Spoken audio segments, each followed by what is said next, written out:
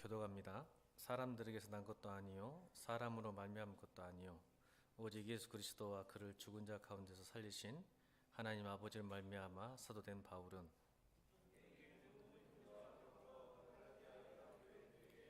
우리 하나님 아버지와 주 예수 그리스도로부터 은혜와 평강이 있기를 원하노라.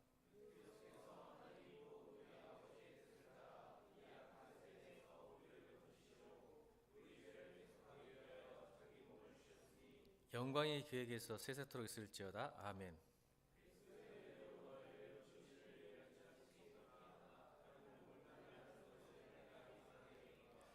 다른 복음 없나니 다만 어떤 사람들이 너희를 교란하여 그리스도의 복음을 변하게 하려 함이라.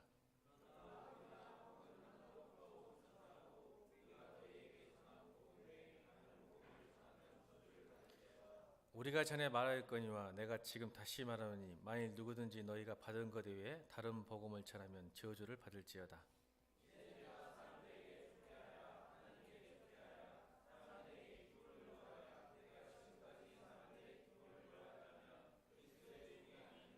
아멘. 우리 10절 다시 한번 읽을까요? 10절 시작.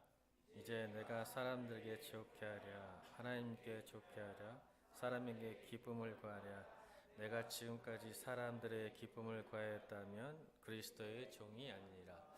아멘. 여러분, 복음을 설교할 때는요, 여러분이 굉장히 기분이 나빠야 돼요. 복음은 그렇게 좋은 게 아니에요. 왜 바울이 오늘 1장 10절에 내가 사람을 기쁘게 하지 않고 하나님을 기쁘게 한다고 말했을까요?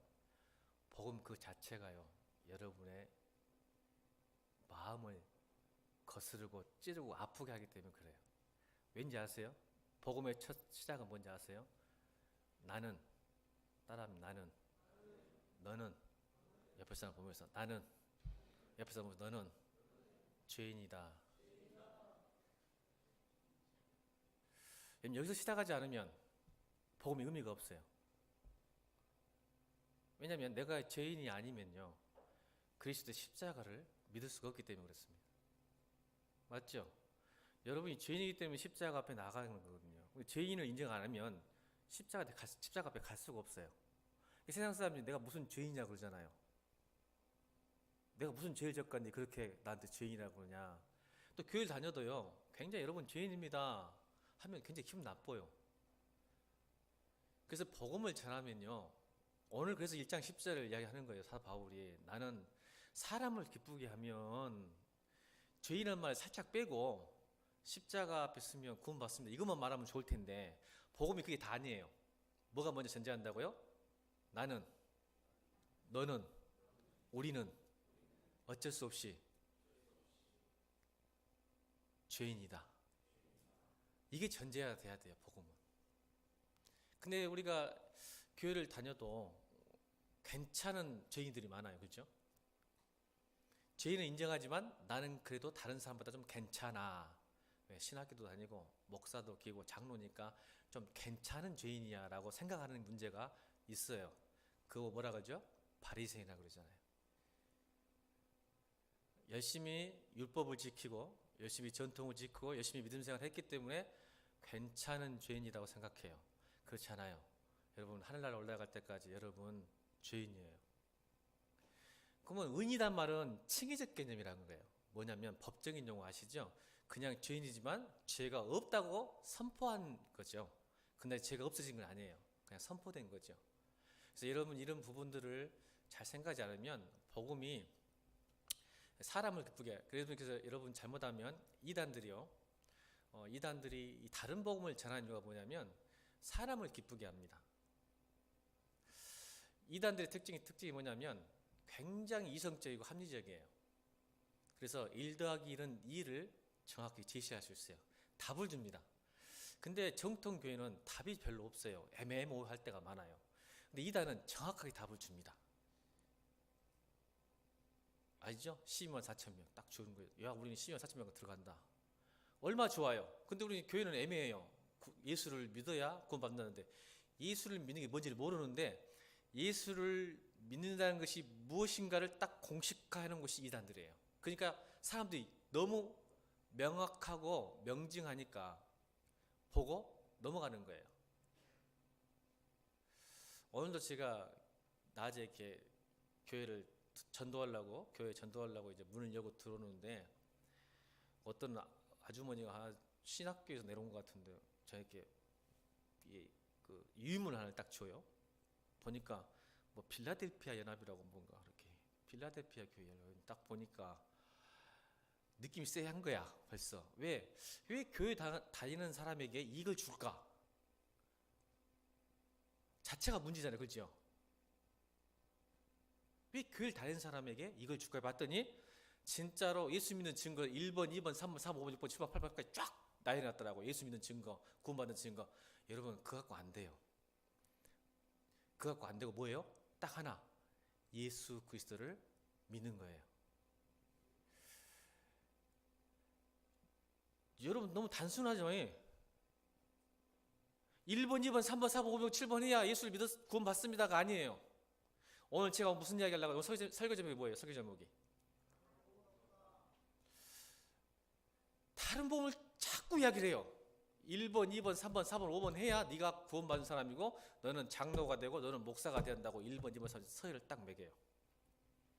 거기 맞추면 돼요 우리는. 근데 그렇지 않아요. 그게 다른 복음이에요. 그래서 그걸 설명하는 거예요. 그러니까 여러분 굉장히 오늘 바울이 전한 복음이 사람을 기쁘는 게 아니라 하나님을 기뻐하는 복음이 무엇인가를 오늘 알기 원하는 거예요. 그것이 하나님이 기뻐하는 복음이 뭘까? 사람이 기뻐하는 복음을 전하지 말고 여기 있는 국정 목사도 맞죠? 아멘? 하나님이 기뻐하는 복음이 뭔가를 오늘 살펴보기 원하는 거예요. 여러분들이 기분 좋아하는 복음이 아니라 여러분이 기분 나쁘지만 하나님이 기뻐하는 복음. 근데 놀랍게도 오늘 성경에는 은혜와 평강이 너에게 있을지어다. 복음의 은혜는 반드시 평강으로 이어집니다. 여기서 항상 은혜와 평강 함께 가는데 오늘 보면 3절 보니까 축복하죠. 우리 하나님 아버지와 주 예수 그리스도로부터 은혜와 평강이 있기를 원하노라. 은혜와 평강 항상 같이 가는 이유는 평화, 피스, 평강이라는 이 피스라는 단어가 은혜가 빠져버리면 무슨 의미가 되냐면 그 당시 로마 시대였잖아요. 그러니까 전쟁이 없는 상태에서 오는 피스, 평화. 이걸 현대적 적용을 하면 어떻게 되죠? 여러분 아무 문제가 없는 상태, 그럼 평화롭잖아요. 밥도 잘 먹고 학교도 잘 다니고 뭐 자녀도 잘 키우고 그때는 평화로운데 학교에서 조금 잘못해가지고 성적도 떨어지고 돈도 떨어져가지고 뭣도 못 사고 사고 나고 다리 다치고 그러면 평화 와요 안 와요? 못 와요 여러분. 우리 마음이 상태가 안 좋아. 시험 하나 잘못 봐도 기분 상태가 떨어지잖아요. 그러니까 만약 여기서 은혜가 빠진 평화는 뭐예요? 아무 문제 없을 때 이 성경으로 돌아가면 전쟁이 없는 상태를 평화롭다고 했어요. 로마에서 맞죠? 전쟁이 없을 때는 다 평화롭던 시대인데 항상 성경은 은혜와 평강이 함께가는 이유는 뭐예요? 전쟁이 있을지라도 여러분 삶에 고난이 오고 상처가 있고 아픔이 없고 두려움이 있을지라도 그 은혜가 뭘 만든다? 평화를 만든다. 상은 바뀌지 않았지만 그 속에서도 은혜 가운데 기쁨과 평화를 누릴 수 있는 은혜, 이게 바로 구원받는 백성의 특권, 이게 복음의 특권, 그게 예수 그리스도부터 오는 것이다.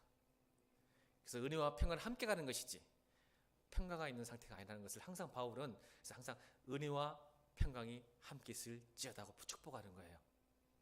우리는 예수 믿어도 어떤 다른 복음이 있죠? 예수 열심히 믿으면 문제 없을 거야, 그런 생각이 있어요 없어요? 다른 복음이에요. 죄송하지만 있을 수도 있고 예수 믿으면 복 받을 수도 있고 복을 안 받고 고난 중에 있을 수도 있다. 아멘. 이게 복음이에요.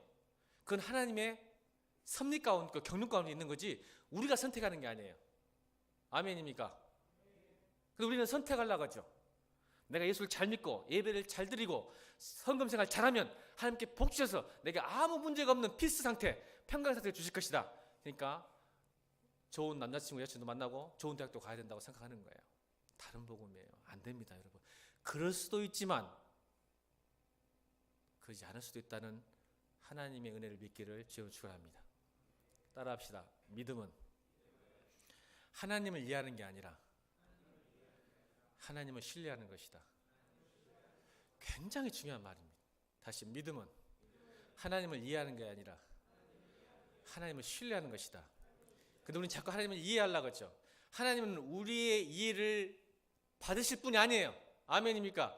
여러분 죽을 때까지 주님 이해하지 못하고 죽습니다. 자꾸 이해하려고 하잖아요.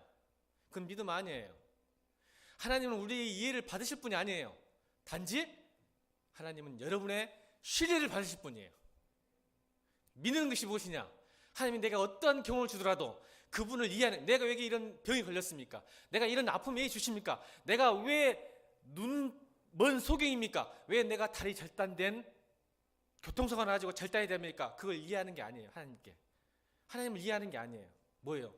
그럼에도 불구하고 내가 교통사고가 나서 다리가 잘릴지라도 하나님의 선하심과 신실하심을 믿는, 신뢰하는 믿음이 복음을 믿는 믿음이에요. 자꾸 이렇게 말해요. 주님 잘 믿으면 교통사고도 안 난다고. 아니요, 그렇지 않아요. 날 수도 있고 안 날 수도 있어요. 다시 따라합니다. 믿음은 하나님을 이해하는 게 아니라 하나님을 어떠한 경우에도 신뢰하는 것이다. 그래서 은혜와 평강이 너에게 있을지어다. 그걸 믿으면 우리 삶 가운데 평강이 임합니다. 기쁨의 조건이 여러분의 환경과 조건이 아니라, 상황이 아니라 예수 그리스도부터 나오는 거예요. 기쁨과 평강이. 그래서 근데 자꾸 다른 복음은 뭐예요? 조건을 갖추라고 그래요. 여러분 교회도 거짓말 많아요. 속지 마세요.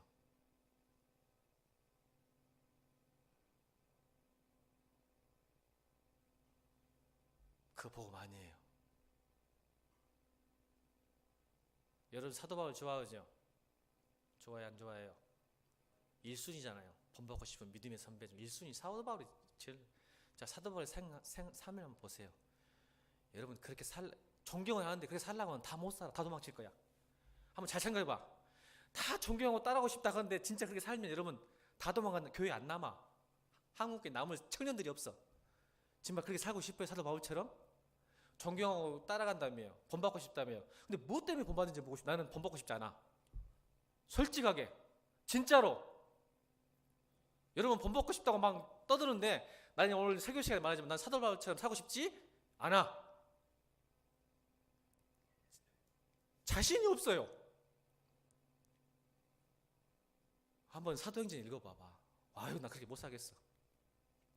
아유 나 그래서 내가 항상 그래 하나님 앞에서 하나님 그냥 기쁘게만 해주세요. 이렇게 쫄고 있어요 제가.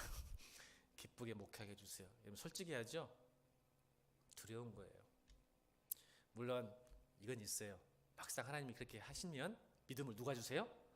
하나님을 주셔서 제가 순교할 수 있다고 믿습니다. 내가 믿음 가져서 순교하는 게 아니고 그 상황이 되면 하나님이 순교할 수 있는 믿음을 제게 주실 거라고 믿습니다. 이게 믿음이에요. 지금은 내가 죽을 수 없게 공산당에 와가지고 총 들고 너 뒤질래? 예수 한 번만 부인해. 내가 살려줄게 할 때 지금 상태에서는 아이고 못하겠어. 내가 총 앞에서 떨고 갔지만 내가 믿는 믿음이 뭔지 아세요? 당장 진짜 칼 들고 와가지고 목에 딴다고 딱 왔을 때 예수 부인이라 했을 때 내 믿음이 아니라 하늘부터 온 믿음이 나를 순교할 수 있는 믿음으로 역사할 줄로 믿습니다. 이게 믿음이지요. 이게 믿음이에요. 그렇죠? 지금은 아니지만 막상 그 상황이 되면 하나님이 긴급하게 믿음을 주실 줄 믿습니다. 그거 제가 믿는 거예요, 여러분.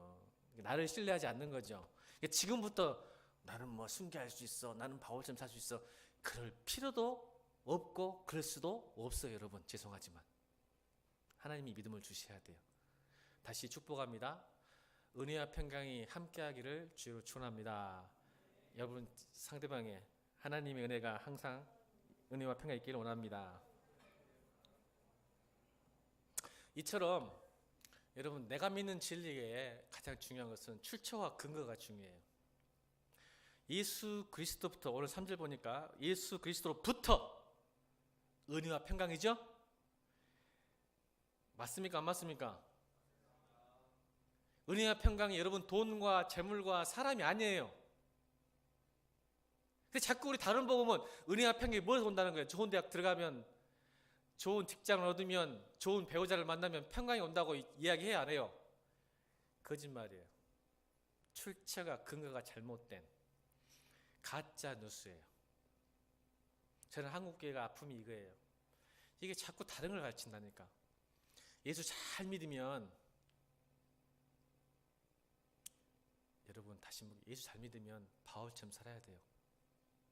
잘 믿지 않길 바랍니다.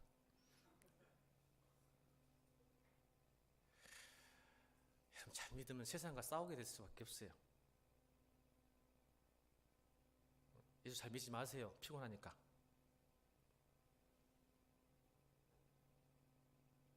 그리스도부터 은혜와 평강, 출처가 중요해요. 여러분 식당 가면 출처 적어놓죠. 원산지, 소고기 하나 먹었더라도 미국산인지 호수산인지 또 국산 한우인지 구별하잖아요. 그래서 등급 따라 가격이 틀리잖아요. 출처와 근거가 어디서 나오냐? 여러분 말씀이 아닌 데서 나오는 거 여러분 다 버리길 주님으로 축원합니다. 오늘 보세요. 은혜와 평강이 어디서 온다고요? 예수. 우리 아버지가 좀 서운하실 것 같으니까 다 합시다. 우리 하나님 아버지와 주 예수 그리스도로부터 은혜와 평강이 있다. 이게 복음입니다. 다른 것이 있는 게 아니에요. 절대 다른 게 있는 게 아니에요. 그러니까 이를 예수님을 잘 믿고 주님 오늘도 말씀 가운데 주님을 영접하고 받아들이면 여러분 놀라운 평강이 있을 줄 믿습니다. 상황이 아무리 힘들어도 우리 크리스찬들이 기쁠 수 있고 생동감 있고 힘있게 살 수 있는 거예요. 이게 예수 구원받은 사람의 특권인데도 이 특권을 다 놓치게 만들어. 누가? 사단이. 이걸 놓치게 만들어서 자꾸 우리는 뭔가를 가져야 된다고 생각하고 뭔가를 이루어야 된다고 생각하고 뭔가를 해야 된다고 생각해요.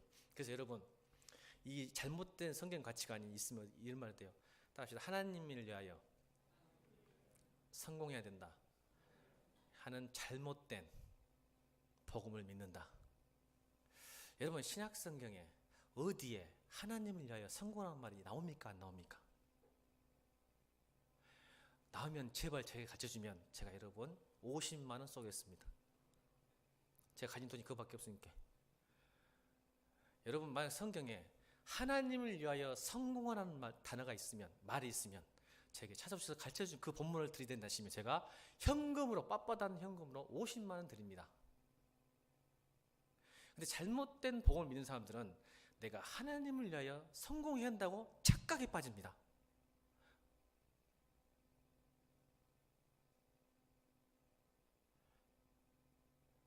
자, 그럼 성경은 뭐라고 할까요? 따라합니다. 하나님을 위하여 충성하라. 아멘. 이게 복음이에요. 충성은 뭘까요? 여러분 지금 맡고 있는 그 모든 일에 충성하는 겁니다. 따라합시다. 작은 일에 불의한 자가 큰 일에도 불의하고 작은 일에 충성한 자가 큰 일에도 충성한다는 이 영적인 원리가 여러분 삶 가운데 일하길 바랍니다. 지금 작은 일에 예배에 충성하지 못한 사람이 여러분 사역자가 되고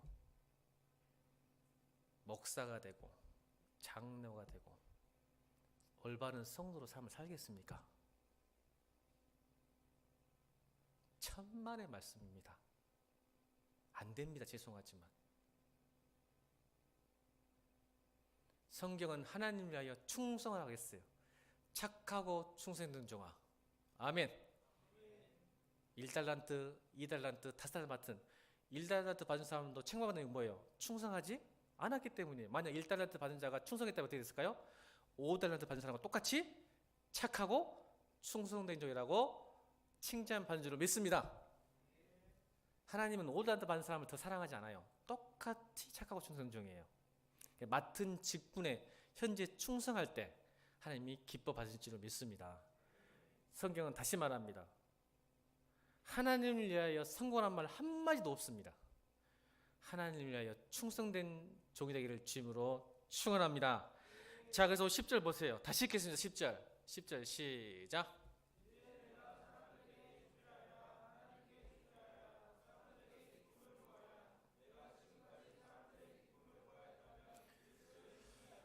아멘. 내가 충성하겠다는 게 종으로서 충성하겠다는 거잖아요. 사람들의 기쁨을 구하지 않고 하나님께 충성하겠는데 그 복음을 전했는데 무슨 일을 하냐면 이제 갈라서 이제 들어가는 거예요. 이렇게 서론이 길어요. 우리 교회는 서론이 길어. 이제 본인한테 들어가요. 이제 본론으로.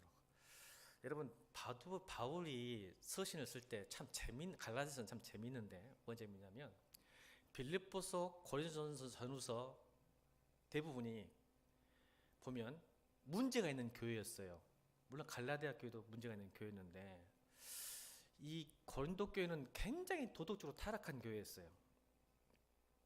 빌립보 교회도 마찬가지였는데 특별히 고린도 교회는 굉장히 도덕적으로 음행하고 막 근친상간하고 막 무지 어려운 문제였는데 놀랍게도 모든 서신 가운데 그 교회를 향한 스펀지 썼을 때는 좀 도덕적인 문제가 있을지라도 좀 영 탐탁지 않아도 그들을 축복하고 감사하고 찬양하고 이렇게 뭔가를 이렇게 하는 어떤 제스처가 있었어요. 용서를 할 수 있는. 그런데 갈라디아 교회만은요 칭찬이 한 번도 없어요. 또 감사도 안 해요. 찬양도 안 드려요. 그 교회를 향해서. 왜 그런지 오늘 본문에 나와요. 왜 그랬을까요? 바울은 도덕적으로 조금 잘못되고 우리가 잘못됐을지라도 조금 실수하실지라도 그건 용서할 수 있지만 교리적으로 잘못된 것은 용서할 수가 없는 거예요. 왜 그랬을까? 갈라디아서를 딱 한 단어로 표현한다면 복음과 율법이에요. 교리적으로 문제되면 무슨 문제가 있냐면 도덕적으로 타락하고 도덕적으로 문제가 있으면 여러분 회개하면 되잖아요. 좀 잘못해도 구원 받는데 지장이 없어요. 아멘. 이런 때 나면 크게 해야지. 도덕적으로 잘못해도 구원 받을 수도. 아멘. 기분 나쁜가 본데 나는 율법으로도 그냥 정결해야지. 이런 스타일들이 많은데 아니에요. 우리는 끝까지 도덕적일 수는 없잖아요. 근데 바울이 오늘 갈라디아서에 강력하게 저주를 내립니다.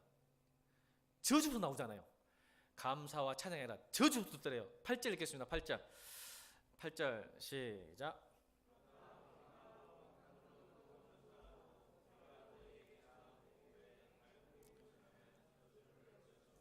저주를 하잖아요. 저주. 용서가 안 된다는 거예요. 왜? 왜냐면 교리를 바꾸면 뭐가 된다는 거예요? 구원을 못 받기 때문에 그래요. 굉장히 민감하고 어려운 문제야. 가슴이 아픈 거야. 그래서 갈라디아 교회를 향해서 저주부터 서론인데 저주부터 퍼붓는 거예요. 그래서 하는 말이 너희가 다른 복음을 믿으면 너희 구원 못 받는다. 이게 굉장히 중요한 거죠. 여러분 오늘 정신 탁탁 차리고 다시 한번 우리가 믿는 믿음이 무엇인가 잘 점검해야 돼요. 내가 믿는 진리가 정말 생명과 구원을 줄 것인가, 아니면 내가 잘못 믿고 있는가, 아니면 아예 복음도 뭔지도 모르고 고민도 안 하고 있는가, 뭔지도 모르고 예수 믿으면 구원받는다니까 정말 구원받는 것인가. 여러분 고민해 보셔야 돼요. 따라합시다. 그리스도만으로 부족하다는 것, 그리스도 외에 다른 것을 덧붙인다면 다른 복음이다. 자, 예를 한번 들어봅시다. 신천지. 예수 그리스도 외에 다른 것을 붙였을까? 아니면 예수 그리스도 외에 다른 것이 부족하다고 얘기했을까? 한번 생각해 보세요. 여러분 신천지 잘 알고 있잖아요. 예를 들어보게요. 예수 그리스도 외에 다른 것을 붙였어요? 아니면 또 감했어요? 부족하다. 예수님은 부족하다고 했어요. 말했잖아. 덧붙였어요. 어떻게 덧붙였죠? 자기 교회 안 다니면 구원이 있다 없다. 만약 여러분 오늘 설교 시간에 예일교회 안 다니면 당신이 구원 못 받아서 하면 어떻겠어요? 여러분 기분이? 믿을 거야?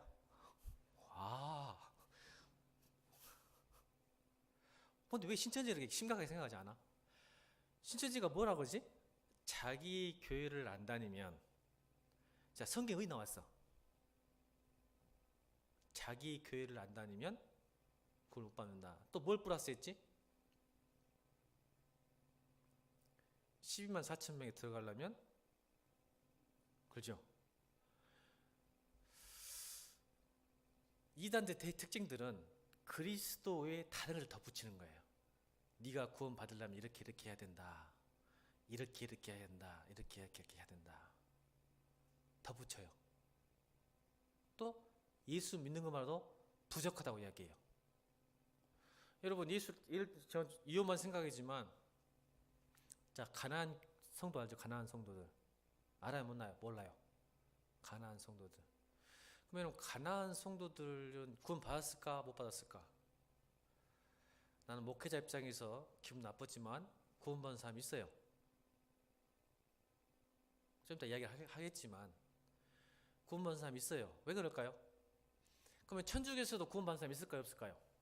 우리 신학교에서는 천주교 2단이라고 할 건데, 천주교에서도 구원 받은 사람이 있을까요? 없을까요? 있을 수 있습니다. 가나안 성도도 있어요. 왜 그럴까? 예수 그리스도를 믿으면 됩니다. 여러분 기분 나쁘시죠? 여러분 예수 그리스도를 믿고 지금 교회 열심히 다니는데 교회 안 나온 사람도 구원 받는다니 기분 나쁘잖아요.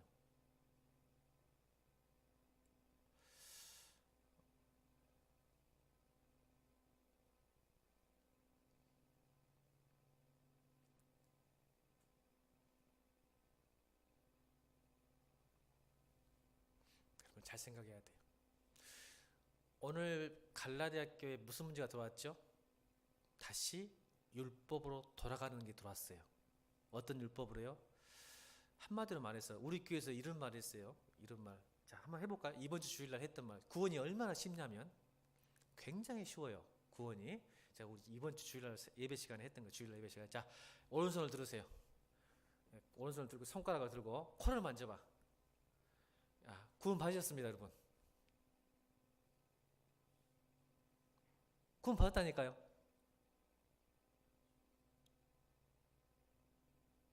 뭔 말인지 몰라요? 오른손 들어서 코를 만지면 구원 받습니다. 이 무슨 지 아세요? 제가 6월절 어린 양 모세가 이집트에 탈출할 때 6월절 죽음을 면하고 넘어갈 수 있는 패스오버가 어떻게 일어났죠? 문설주에 뭘 발랐어? 어린 양의 피만 바르면 죽음이 패스오버 있잖아요. 그걸 6월절에 패스오버. 자, 이렇게 간단해. 구원이. 그냥 어린 양의 피만 바르면 넘어갔어. 이 말은 뭐예요? 오른손 들어가고 코만 만지세요. 구원 받습니다. 아멘. 그거 뭐가 달라? 근데 너무 쉬우니까 유대인 그리스도인들이 헬라인 그리스도인들에게 말하는 거야. 야, 구원이 너무 쉽지 않냐? 뭘 요구했을까? 유대인 그리스도인들이. 야, 구원 그렇게 받는 거 아니야. 뭘 요구했을까? 그리스도에 다른 걸 붙였어. 뭘 붙였을까? 대표적인 케이스 하나. 할례. 할례를 받아야 구원 받는다. 대체나 그래. 너무 쉬워. 손들어 구원 받았대. 기분 나쁜 거야. 유대인들이. 우리는 어떻게 예수 믿고 하나님 믿었는데 뭔가를 해야지. 그러니까 여러분 이단이 잘 빠지는 거 뭔지 아세요? 그게 이성적이야. 구원이 너무 쉬우니까 뭔가를 해야지 구원 받는 것 같아. 여러분 그래 안 그래? 뭔가 해야지 믿는 것 같잖아.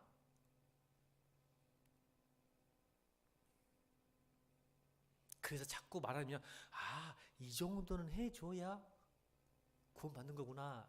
나가면 잘 먹게 들어갑니다, 여러분. 신기하게 인간은 아예 그냥 십자가 바라보면 믿습니다. 예수 그리스도만 내 마음으로 믿고 입으로 신으면 믿습니다. 이게 너무 그래서 뭐예요?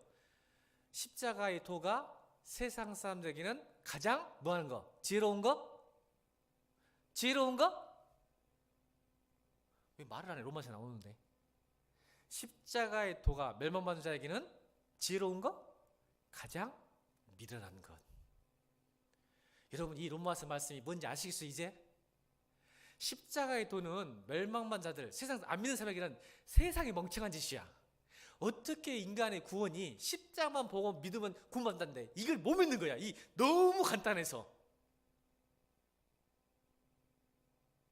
그래서 성경은 멸망만 자에게는 세상의 미라는 것이 우리에게는 세상이 가장 지혜로운 거예요. 할렐루야.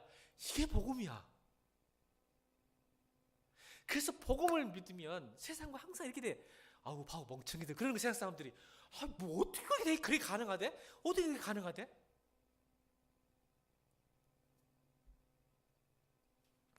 여러분, 공산주의 마르크시즘이요, 인간이 하나님으로부터 온 지혜, 이 복음을 이렇게 어리석은 것 같은데, 인간들이 만든 이데올로기와 신념은 굉장히 우리에게 매력적이고 합리적이에요. 여러분, 특별히 이 마르크시즘, 마르크스주의, 공산주의가 70년 만에 무너졌죠? 출처가 어디예요? 사람에게. 왜? 처음에 이슈가 뭐예요? 여러분 잘 모르겠지만 저희 때는 공산주의가 뭐냐면 유토피아 만들 수 있다. 인간이 유토피아를 만들 수 있다고 했어요. 인간의 힘으로. 그건 됐어요, 안 됐어요? 70년 만에 무너졌죠. 사람이 만든 것은 반드시 무너져요. 근데 그때 여러분 놀랍게도, 여러분은 지금은 마르크시즘 웃긴다 하지만은 70년 전에, 그러니까 여러분 한 50년만 전만 해도 여러분만 나이에 모든 청년들이 거의 다 빠져가지고 자기의 모든 목숨과 모든 헌신을 다했던 때가 있었어요.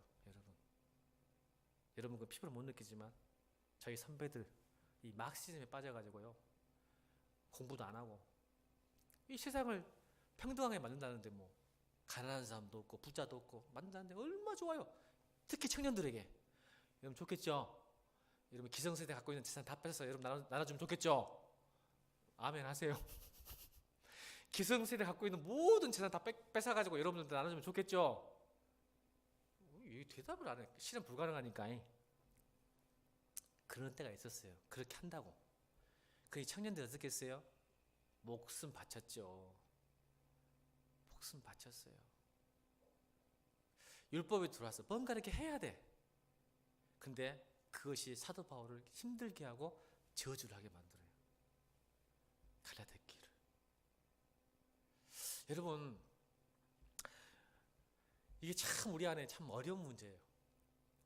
우리 교회 안에도 지금 이게 들어와 있어요. 율법이.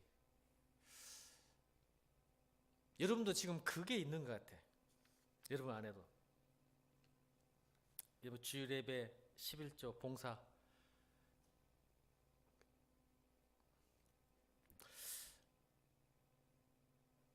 그러면 목사님, 그것이 말하는 소린가요? 이렇게 질문해야 하잖아. 그죠? 근데 여러분 오해하면 안 돼. 율법주의가 따지는 건 뭐냐면 예수를 믿으면 주일 예배, 봉사활동, 11조 뭔가 다 해야 한다고 그거를 강조하잖아요. 그래야 예수 믿는 사람이라고 이야기하잖아. 근데 이게 반대되는 경우가 있어. 무율법주의자, 도덕적 폐기론자. 무슨 말이냐면 아까 내가 가난한 성도를 싫어하는 게 그거야. 이게 변형된 도덕 폐기론자와 무율법주의자들이에요. 내가 구원 받았으니까, 내가 하나님께 은혜를 받았으니까 내가 어떠한 일을 하더라도 하나님이 나를 가장 선한 길로 인도하시고 나를 구원해 줄 거라는 그 믿음이 사실은 다른 복음이야. 가짜 복음이야. 무율법주의야. 그러니까 내가 이미 구원 받았으니까 내가 뭘 해도 괜찮다 이제는. 그런 사람 봤어 안 봤어 여러분 주위에? 봤어 안 봤어? 혹시 이 자리에도 청년들이 그런 게 있어? 내가 구원 받았으니까 은혜를 받았으니까 내가 뭐 하지 않아도 하나님 나를 사랑하시는데 괜찮지. 이거 바로 무율법주의자, 도덕 폐기론자예요. 이게 뭐 지금 번영된 가난한 교인들. 이 두 가지가 이 교회 안에 지금 섞여져 있어요. 이상하게 섞여져 있어. 그런데 이게 뭔 의미냐면 은혜가 오면, 보죠 여러분, 은혜가 오면 관계의 문제예요. 자, 한번 물어볼까요? 데이트 지금까지 안 해본 사람 빼놓고 다 데이트 해봤죠? 안 해본 사람은 그냥 못 들을 수 있어. 이해를 못 하는데, 사랑에 빠지면, 우리 전주사님 물어볼게요. 사랑에 많이 빠졌던 사람 같아. 사랑에 많이 빠지는데, 한 여자를 사랑하면 그 여자가 요구하지 않아도 막 해주고 싶죠, 뭐가. 그런답니다. 안 하신 분들. 그리고 만약 가능한 한 그 자매가 요구한 거는 다 들어주십시오. 내가 할 수 있는 거. 그죠? 복음은, 은혜는 이거예요. 뭐를 해서 구원받는 게 아니고 구원받았기 때문에 이게 하는 게 아니라 하나님과의 관계가 형성되면, 사랑의 관계가 되면 그분이 요구하지 않아도 율법을 지키게 돼 있어요. 전수아님, 죄송해요. 옆에 자매님 두 분.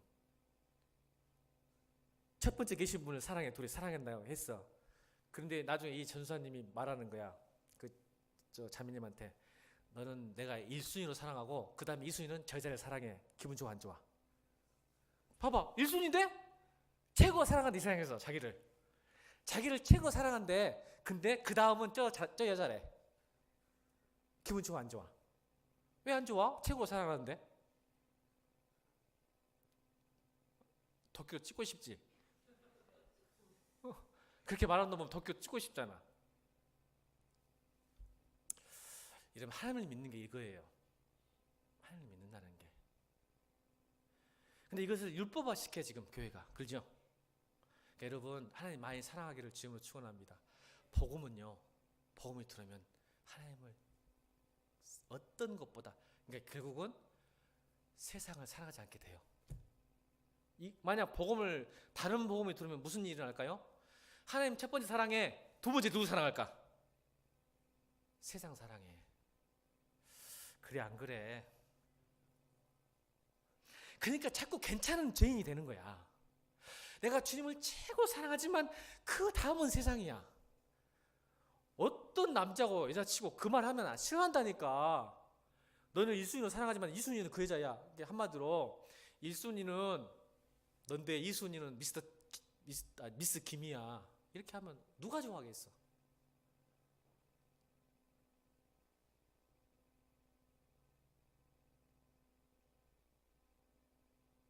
저는 여러분이 오늘 여러분을 점검해야 돼요. 내 안에 다른 복음이 들어왔는지, 진짜 복음이 들어왔는지. 진짜 복음이 들어오면 다시 10절 읽어볼까요? 다시 10절 시작.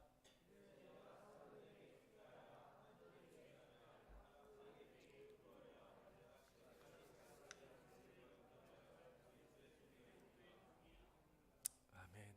이제 결론을 말씀드릴게요. 시간이 많이 가는데 제가 율법주의자하고 무율법주의 이야기하다 보면 시간 오래 갈것 같은데, 마지막으로 제가 제일 두려워하는 게 이거예요. 여러분 영지주의 아시죠? 초대교회 바울이 제일 싫어했던 게 영지주의예요. 그노시스. 지금 한국 교회도 지금 그노시스가 들어왔죠. 들어볼까요? 이야기해볼까요? 제가 여러분 신학교 수련회 때 말씀을 증거한 것 중에 그거예요. 자, 이겁니다. 쉽게 말하면 이런 거예요. 당신 자신을 신뢰하십시오. 당신은 선합니다. 마음만 먹으면 뭐든 할 수 있습니다. 여러분 그 말 들으면 굉장히 좋죠? 설교 시간에 이렇게 말할 거예요. 여러분 믿으면 뭐든 할 수 있습니다. 기분 좋죠? 근데 이게 굉장히 무서운 출발점이에요. 왜냐하면 믿음이 그 자신을 변화시키는 능력이 어디서 오는 거죠? 나에게서 와요. 이게 그노시스의 특징이에요. 영지주의. 사람은요, 어느 정도 굉장한 능력이 있어요. 무슨 말 아시죠? 믿음은 세상 사람도 믿어요, 안 믿어요? 여러분, 세상 사람 믿어요, 안 믿어요? 꿈은 이루어진다. 믿어요. 그럼 이루어져야 안 이루어져요? 이루어져요. 근데 이 그노시스가 뭐가 들어오냐면, 우리도 교회를 믿음을 그렇게 하게 해요. 열심히 기도하면, 열심히 믿으면 된다. 이게 잘못 오해하면 그 믿음과 열심히 내 안에서 출발시키게 만들어요.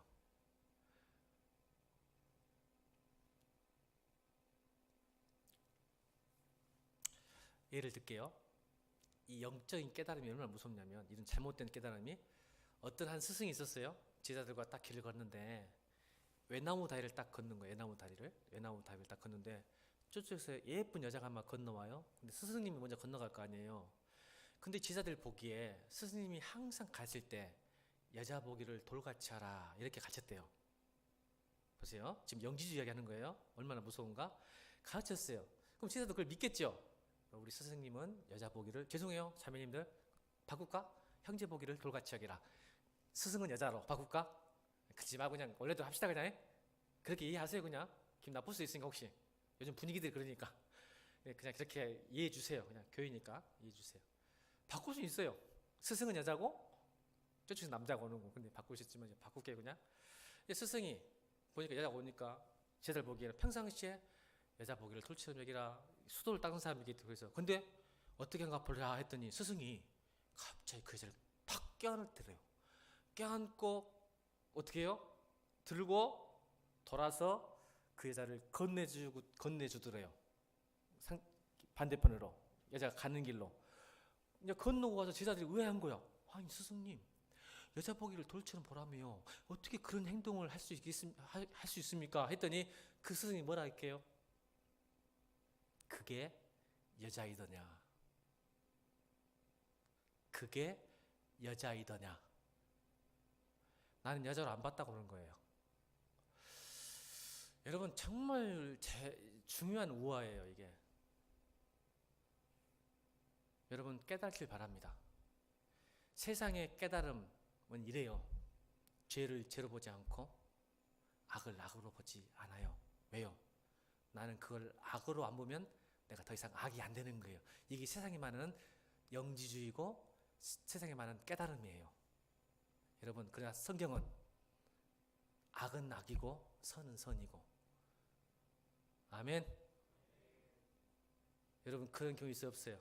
있어요. 내가 볼 때 내가 이익이 되면 악도 아니죠. 지금 세상이 그러잖아요. 교회도 마찬가지예요. 무슨 뜻이냐면 내가 교회 안에서도 믿으니까 더 이상 내가 죄를 죄로 여기지 않고 내가 회개하지 않고 있어도 시간이 지나면 내 죄책이 사라진 것처럼 여길 경우가 많이 있어요.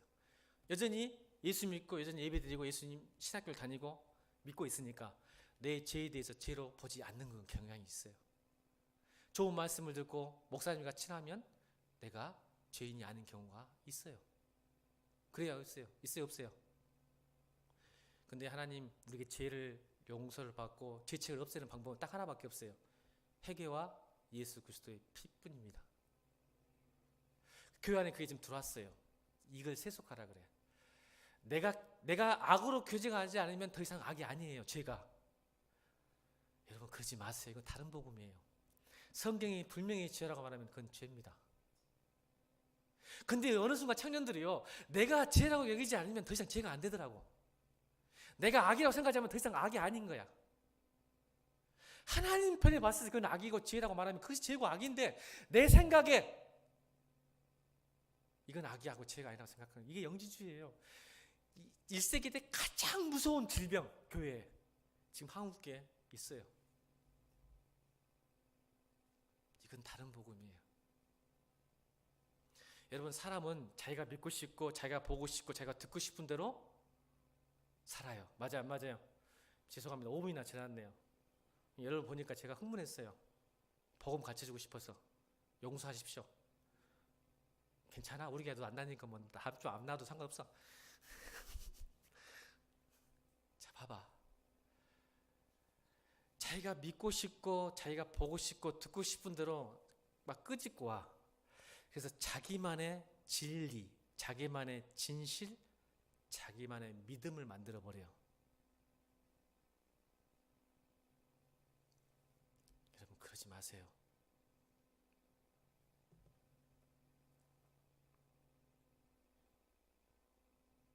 다시요.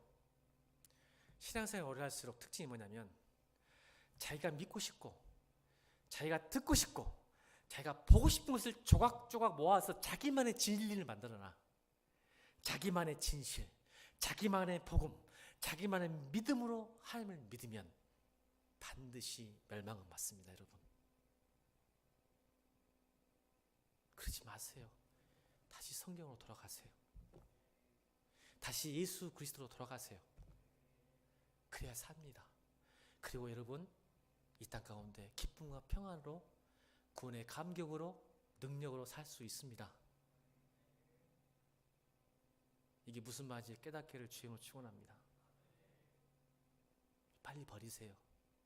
자기만의 믿음, 진실, 진리. 여러분만의 공식이 있어요. 예수 믿는 공식. 그러지 않길 바랍니다. 젊을 때는 빨리 그거 없애야 돼요. 나중에 40, 50 되면 그것 때문에 교회가 골치가 아픕니다. 무슨 아시죠? 우리 한번 기도하십시다. 오늘 말씀 붙들고 하나님, 다른 복음은 없습니다. 오늘 말씀 가운데 하나님 나를 살피게 하시고 도우셔서 올바른 진리로, 복음으로, 나만의 진리, 나만의 공식, 나만의 사실, 진리, 믿음, 복음이 아니라 성경이 가르치는 복음대로, 진리대로 살아가게 도와줘 달라고 이 시간 기도했으면 좋겠습니다.